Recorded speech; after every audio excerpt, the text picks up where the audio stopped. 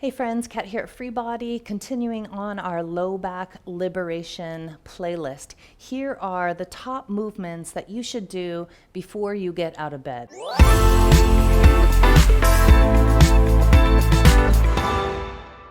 Have you noticed, and I'm sure that you have, that you often feel worse in the morning before you get out of bed? You're like, oh no, what's it gonna feel like? Or it already aches, or it wakes you up at night even.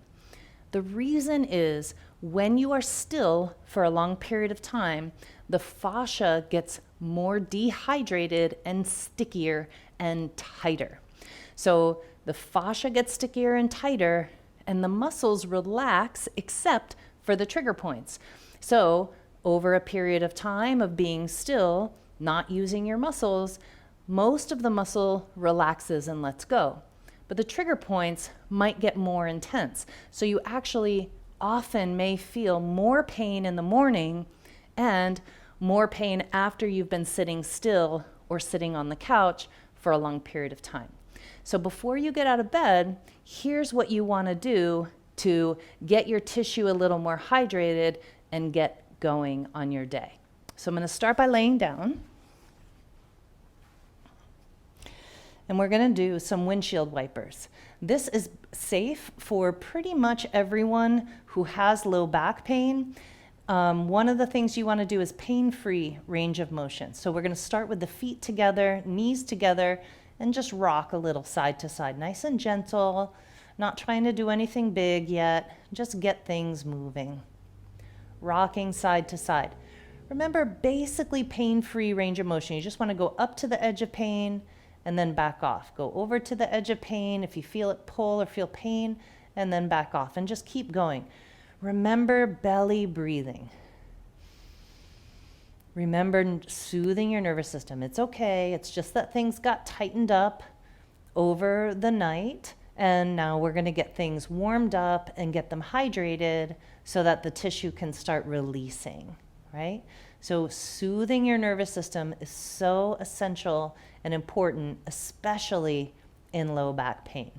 So now we're going to bring the knees to center. We're going to walk the feet out a little more and do a wider windshield wipers. Notice the knees might drop a little further.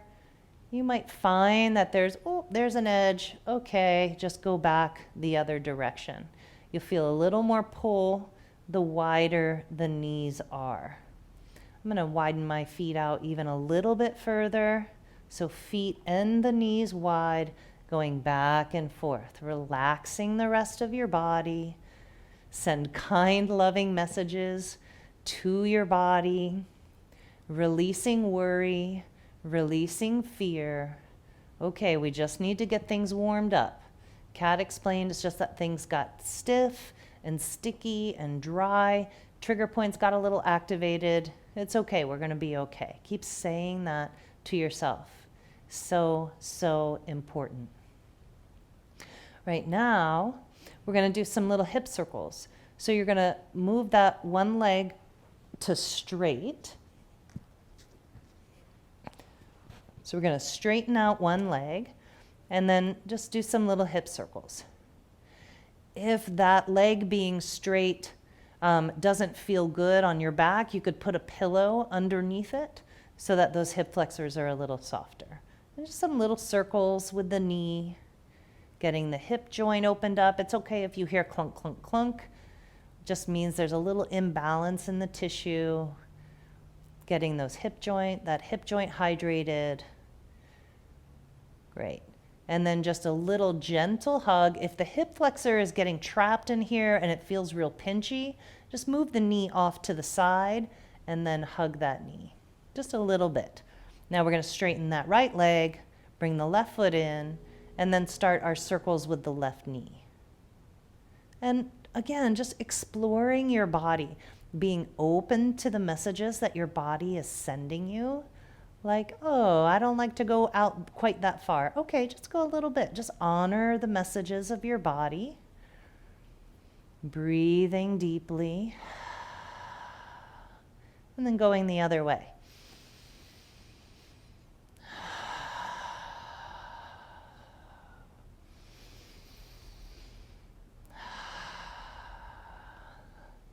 Great, and then we're gonna hug that knee in. Again, if it's pinchy, just drop the knee off to the side a little bit.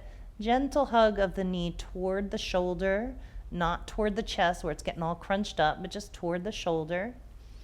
Bring that foot back down and the other foot back down. Now start a little tilt and tuck of the pelvis. I'm gonna turn to the side so you can see that better, okay?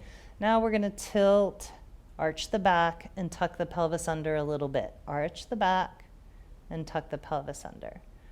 Arch and back. Arch and back. One more time. Great. Now you're gonna roll through, and now we're gonna do that cat-cow, but on hands and knees. So hands and knees. And again, you can do this in bed, or you can come down to the floor, wagging the tail side to side, and then a little tilt and gentle touch. Get the tissue moving. Get the hydration going. Get the muscles a little bit activated.